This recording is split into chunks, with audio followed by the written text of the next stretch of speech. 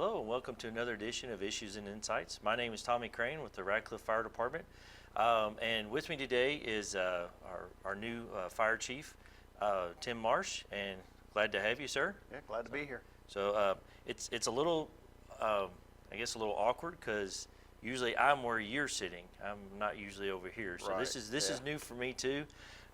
So I guess we're both kind of in the hot seat. This is my first time too, yeah. There you go. So I guess we're both in the hot seat here. So so just a little bit, figured we'd get started with just a brief history, kind of, how you got started in the fire service, a little bit, kind of along the way, obviously to how you got to this point. So yeah. It's a long road. It started in May of 1992 as a volunteer in Hardin County. My younger brother had joined the volunteer fire department in 1991, and I thought that was kind of cool with the gear and the lights and sirens, and so I joined in 1992, and in 1999, late 1999, I tested for Radcliff as a firefighter, became a member of the fire department in July of 2000 when I got hired full-time as a career firefighter. In 2004, I was promoted to sergeant, held that position at our Station 2 for 10 and a half years. In December of 2014, I got promoted to lieutenant. The lieutenants run out of Station 1 and manage both stations and the crew. And then as of August 1st, I was announced and became interim fire chief for the Radcliff Fire Department. So quite a good little history there, and of course both of us started back, I might say back in the day. So yeah. we've both seen a lot of changes in the fire service, and just a lot of things that everything from the equipment to and to some of the even fire tactics that we use now has changed a lot. Yeah. And of course we do a lot more than just firefighting, right. in this day and age. We're getting farther and farther away from firefighting, it seems sure. like. Yeah, we're with so many more things that we do. I guess we're almost kind of like the Swiss Army knife of the emergency services, right? Yeah. We kind of, or the multi-tool now, nowadays. But what, just kind of thinking, what is probably one of your your favorite aspects of firefighting? And I know we mentioned when we were younger, we both loved, the lights and siren, the excitement of it. Yeah, the excitement. But what's something that really kind of stands out to you as far as one of the, something that you enjoy in the service now? I think the big thing is family aspect, the camaraderie. Living at the fire station, a third of the year, because you're working 24-hour shifts. So you're with those guys from 8 o'clock in the morning until all through the day, all through the night, until 8 o'clock the next morning. And so you really get to bond, Right. So I think that's one of the neat and key aspects of the job. There's community involvement. It's learning all the skills and all the rescues and the trainings that we do, and so there's so much that goes into it. But family aspect is a big one. Okay, so and we and it does, like you said, it does allow us to kind of get to know each other, and that helps with the work atmosphere to be able to have a crew that you're familiar with, and when you're in those emergencies, right? What the strengths and weaknesses of Yeah. each person. So definitely good there. And being in a command staff role and a leader in the department, you have to learn those strengths and weaknesses so you can play on those.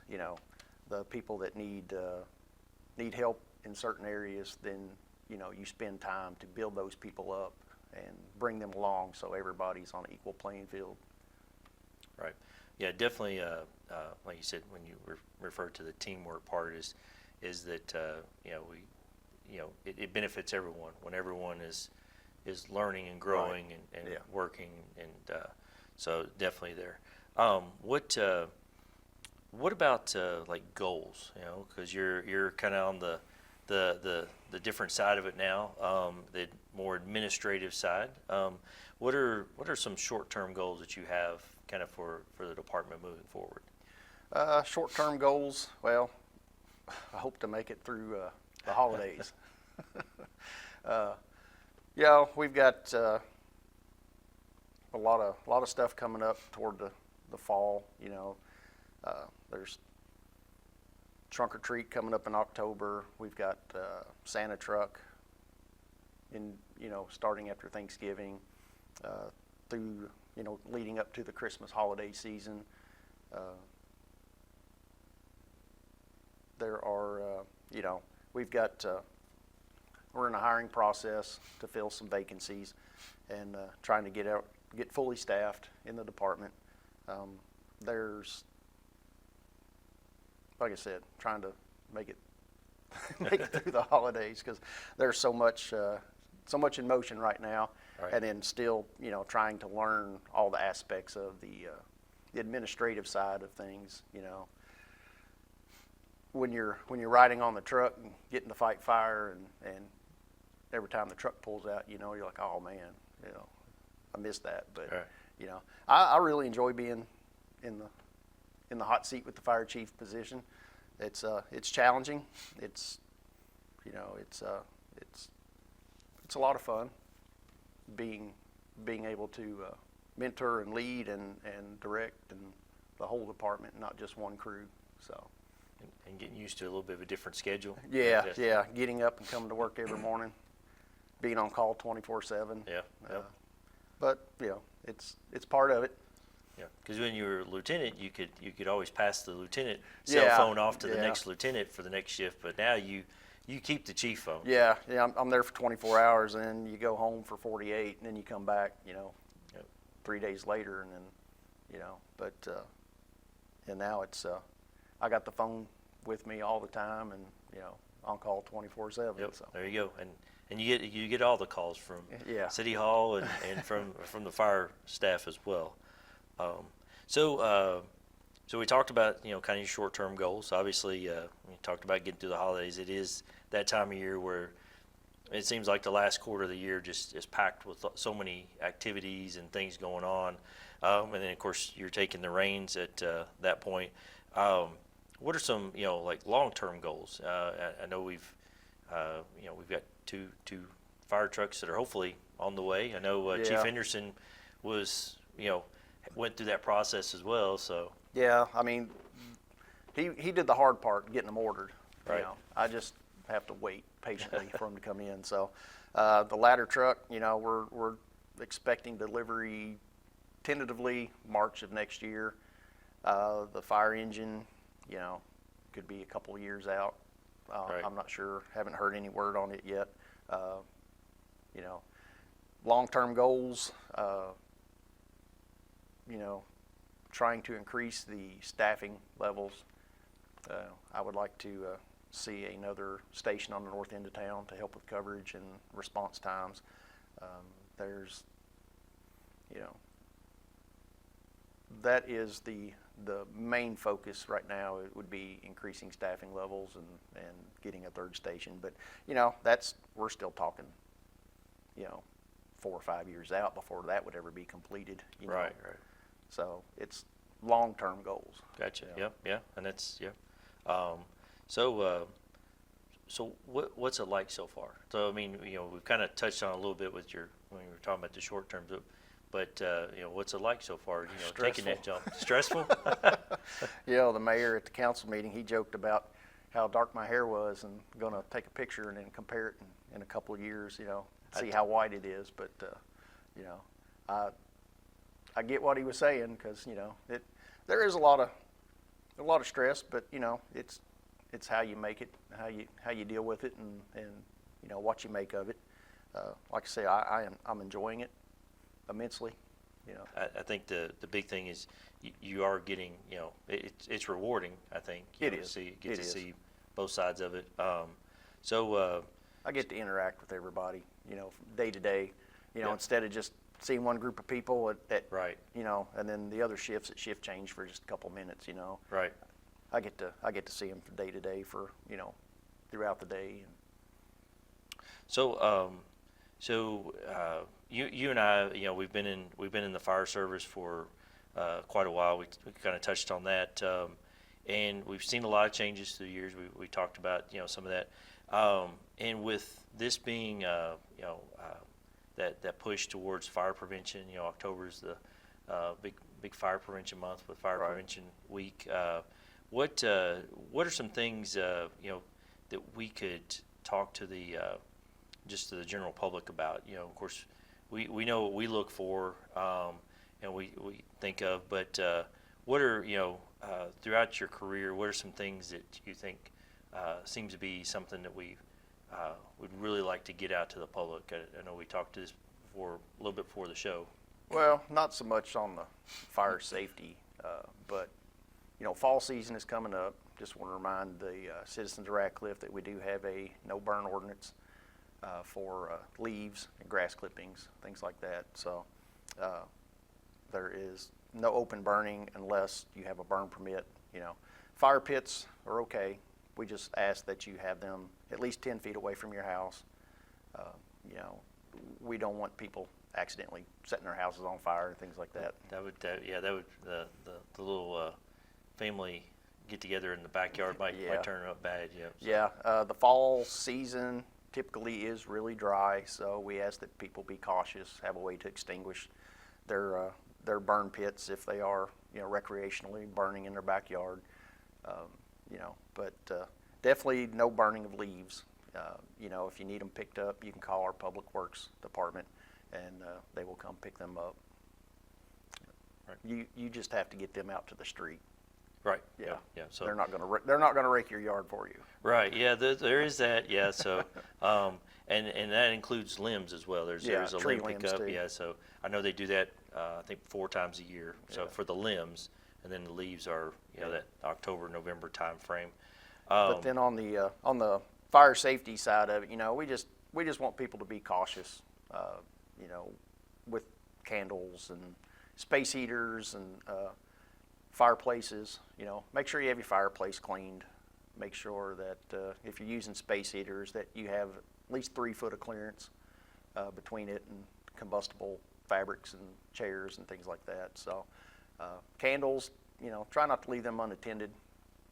Don't let them burn down all the way to the glass. Right. Yeah. And especially with having kids or pets around. Yeah. Try to keep them out of reach where they could get knocked over. So. Yeah, cats are notorious for climbing on furniture and knocking Right. stuff over. So Yep. you don't want to leave candles burning Right. with a cat around. So And some things I know, we've had a really good partnership with the Red Cross Yes. through the years. I guess I think it was been almost 10 years now since we first partnered with them to make sure that people have smoke alarms. correct.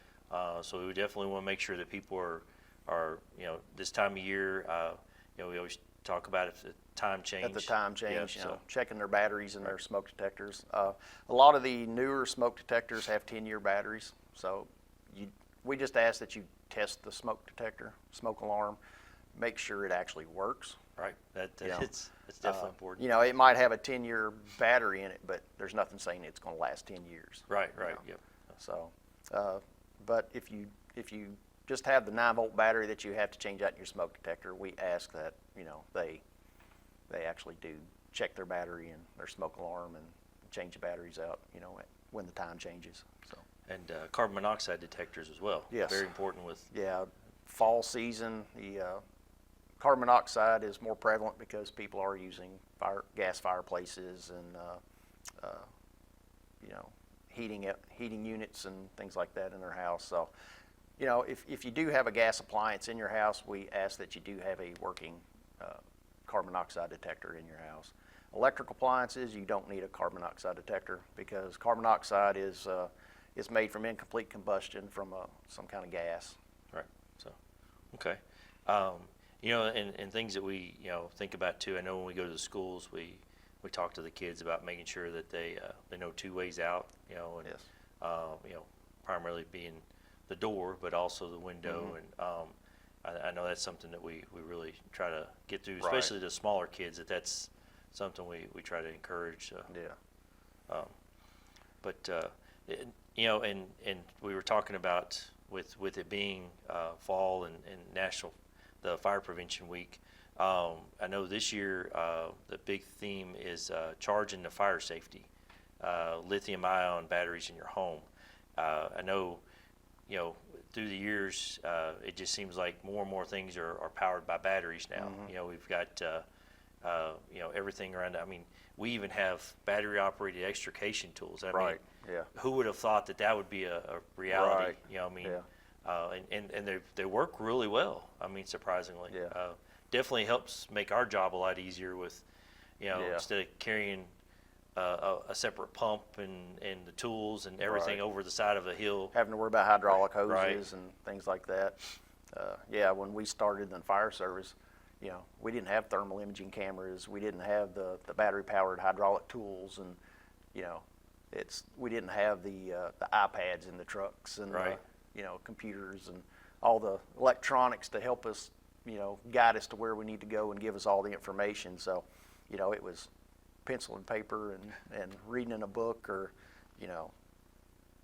dealing with the heavy cumbersome equipment. But things have gotten lighter and better, and but with the batteries, there comes risk. Absolutely, yes, especially with lithium.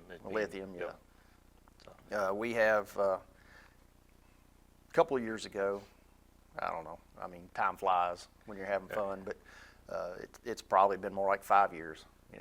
We did have an apartment fire one time where they had the little scooter, battery-powered scooter that was plugged in a bedroom, and it actually caught fire and set the bedroom on fire. So, and we've had a couple of fires from lithium batteries and stuff over the years, but they're not as dangerous, I guess, as people were making them out to be. But there are hazards with it. Right. The big thing is making sure that that you're using it correctly. You're using try to find one that if you're replacing a battery, tell them that try to find one that preferably one that the manufacturer recommends, and then make sure that it is has things like the overcurrent and overcharge, so it won't. There are reasons why some batteries cost more than others. Yes, if absolutely. If you go cheap, you take a risk. Right, that is one of those where you can trying to save a few dollars could actually cost you a lot more in the long run. So definitely, make sure following the manufacturer's recommendations and what they require. Charging it properly, that even the chargers, getting the wrong type of charger could cause a problem as well. And we've, and then making sure those, the cords are in good shape. We did have a fire where I don't know if you were on this one a few years ago, but it was the charging cord for like an iPad was the gentleman had kept it close to his desk, and the drawer had actually damaged the cord. Since it's such a small cord, they're a lot smaller than your regular AC cords, and so it was, and actually it arced. It was closed in a drawer or something, dresser drawer. So definitely make sure that they seem to be easier to find pinch points, and get lodged, if you have it charged by your chair or something, and so definitely there. So that was one. Fortunately, the owners were home, so that helped. So we were talking about how cords can easily be damaged. So with we're talking about the holidays and stuff. What can we think about as far as safety with cords and stuff and all that kind of decorating? Yeah, people just need to understand that extension cords are for temporary use. They're not for permanent usage. They're not to take the place of electrical wiring in your home. Make sure you have power strips plugged in that have surge protection, in case you have overloaded circuits and things like that. Circuit breakers are designed to trip and shut off for a reason when there's an issue. We don't want to try to beat them at their game. Right.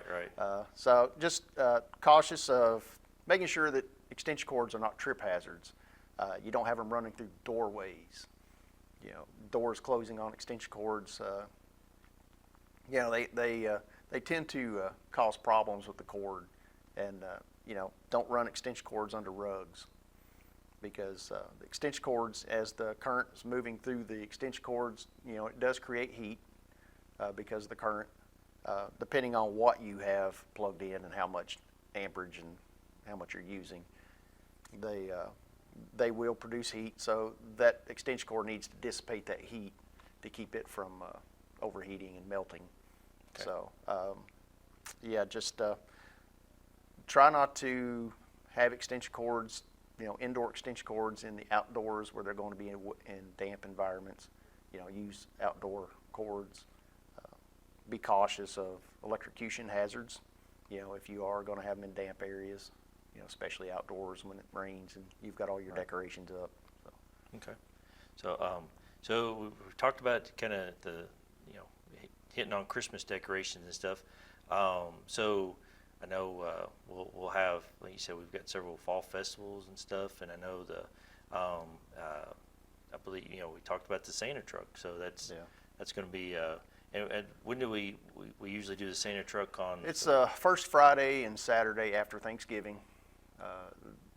That's when the Santa truck kicks off for Radcliff. We usually start on the north end of town, and we'll take a neighborhood or a section, usually an hour and a half to, anywhere from an hour and a half to 3 hours a night.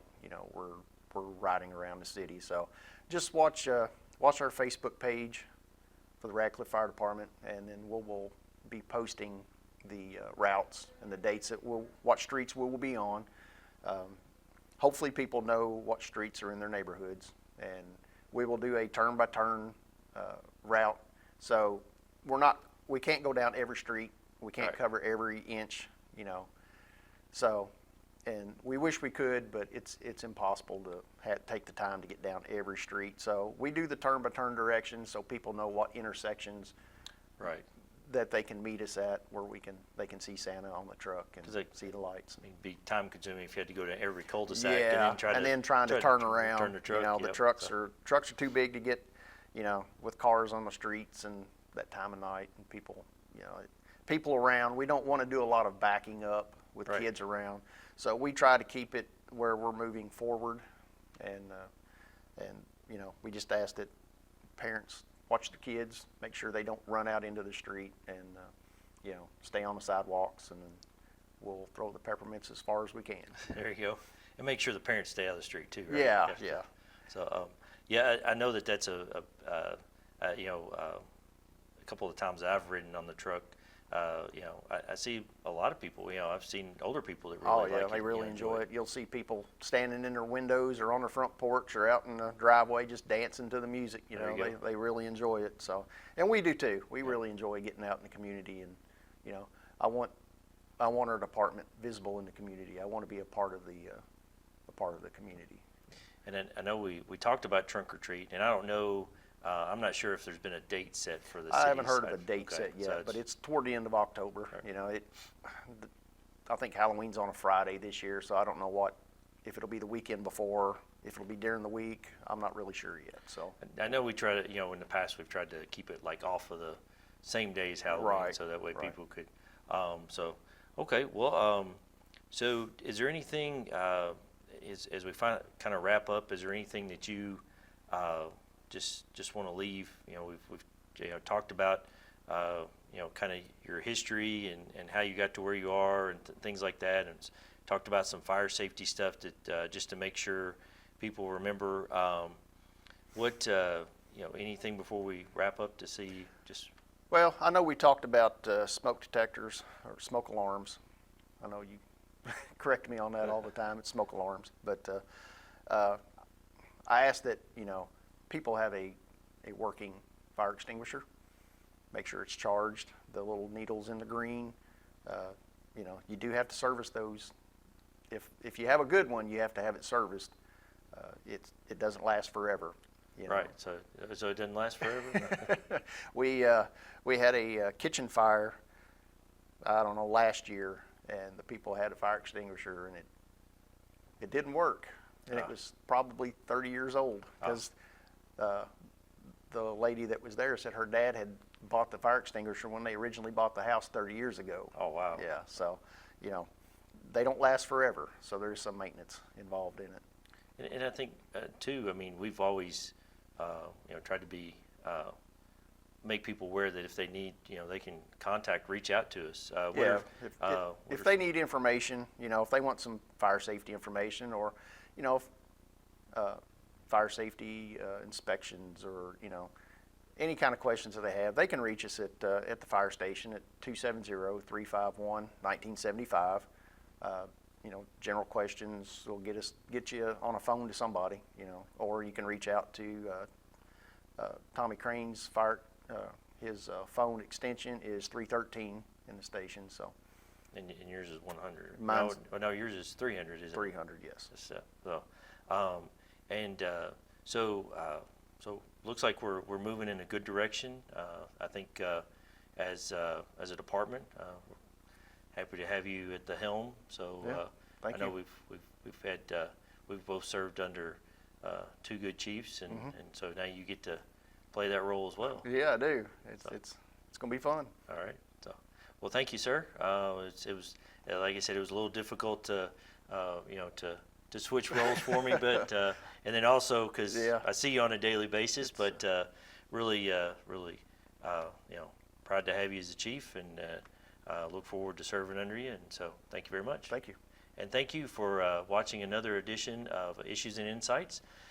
We hope that it's been a knowledgeable one, as you got to meet Chief Tim Marsh, and then also to just kind of reminders of what to do throughout the year to be safe, especially with the holiday season coming up. We always want to make sure that everyone is safe and has a happy holiday season and enjoy it. And thank you very much.